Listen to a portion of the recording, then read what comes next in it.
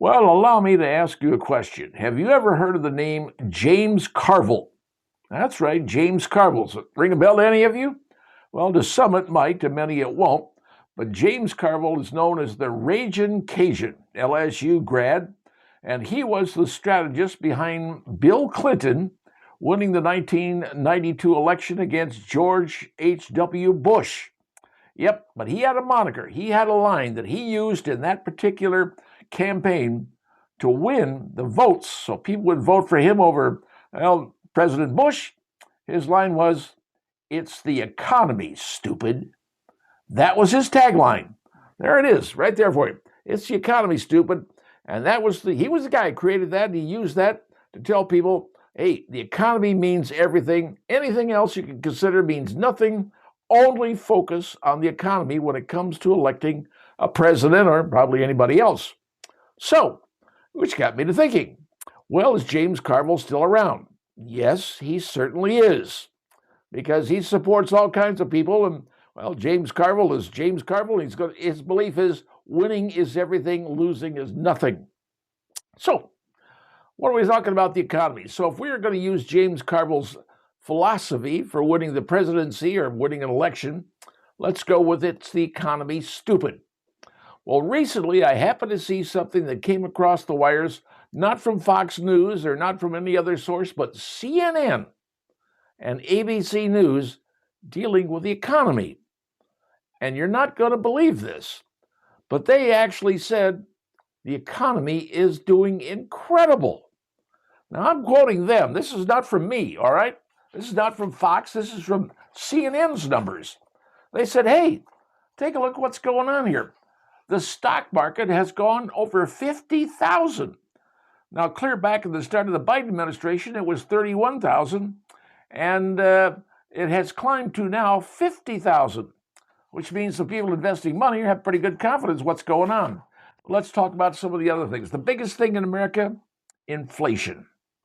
Inflation has gone down from the Biden era of 9.1% down to currently 2.8%. And it's dropping even lower. It's getting down to 2%, folks. That is really, really big. And how about the GDP? All right, the GDP is basically the sum of the goods and services that's produced here in the United States. The GDP is important because the Federal Reserve, when they're setting interest rates, they look at the GDP. How's America doing? How's everybody else doing? Well, if you go back to the Biden era, the GDP was, it was less than 1%, pretty low. Got down there pretty bad. But now, the GDP, current GDP, and this is according to CNN, not me, not Fox. GDP is 4.4%. That is stunning. That is enough to make the folks over at the Federal Reserve think about lowering interest rates. And lower interest rates means your mortgage rates go down. Now, you take a look at all those things that are going on in the economy, and really, you understand something. James Carville was right. He said, it's the economy, stupid. So if we go back to the Biden era, under Joe Biden, here's the numbers. This is from the governor or the data services from the U.S. government. From the U.S. government, not me. Overall inflation during the Biden era was 20.1%. You know why it was 21.1%? Because Joe Biden and his people decided to take out of thin air, manufacture $2 trillion. Didn't take it out of the current economy, he just made it up. Said $2 trillion and put it into the economy. Immediately when that happened, the value of the US dollar shrank 20%. Because there's nothing backing the US dollar except the full faith and credit of the United States government, the word of your government. And that's the only thing that's backing up our dollars. Not gold, not silver, not diamonds, not platinum, nothing. Nothing's backing up the dollars except the word of the government. And when Biden dumped $2 trillion into the economy, your dollar, the dollar you have, became worthless, or actually worth less than 20% from what it previously was. Hence, everybody raised their prices. Everything shot up through the ceiling because suddenly the dollar wasn't worth as much. So everybody raised their prices, and that's exactly what happened. Gave us inflation of 20.1%. And then, home prices. Well, guess what? Home prices went up 35.3% during the Biden era. You couldn't buy a house. And when you did try to buy a house, the people jacked up the price so high that you're going, I can't afford, the house isn't going to value that much. The mortgage company's going to say it's not worth that much, and it wasn't. But people did that, and that's why you couldn't buy a house. I know, because I was trying to buy a house back in that era and couldn't do it. Now, here's something else to think about. Gas prices. Gas prices, the price of what you pay to put in your car, your Chevron, your Conoco, your Valero, or wherever you shop for your gasoline, gas prices shot up 46%. You were paying $5 a gallon at one point. Now, I should point this out.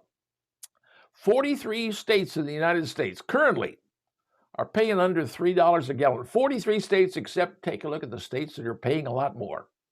California, Oregon, Washington, that whole West Coast, they're paying like $7 a gallon. You know why? Because the refineries in California are shutting down, saying we can't afford to do business in California anymore. You got nobody refining gasoline, where are you going to get your gas from? That's the problem in California, Oregon, and Washington. They got a big problem. And what they're selling the gas for is $7 a gallon, and you're paying what? Under $3? Yeah. And finally, food prices. I shop, you shop, everybody shops. Food prices went through the roof in the Biden era, 21.5%, and I'm especially going to mention the price of eggs. Remember that price of eggs were going up like $5 for a dozen eggs. Now the prices of eggs have just, collapsed. Prices have gone down, and the GDP, the goods and services, you total them up, is over 4%. Folks, that's going to mean the Federal Reserve is going to say, we're going to lower the interest rates.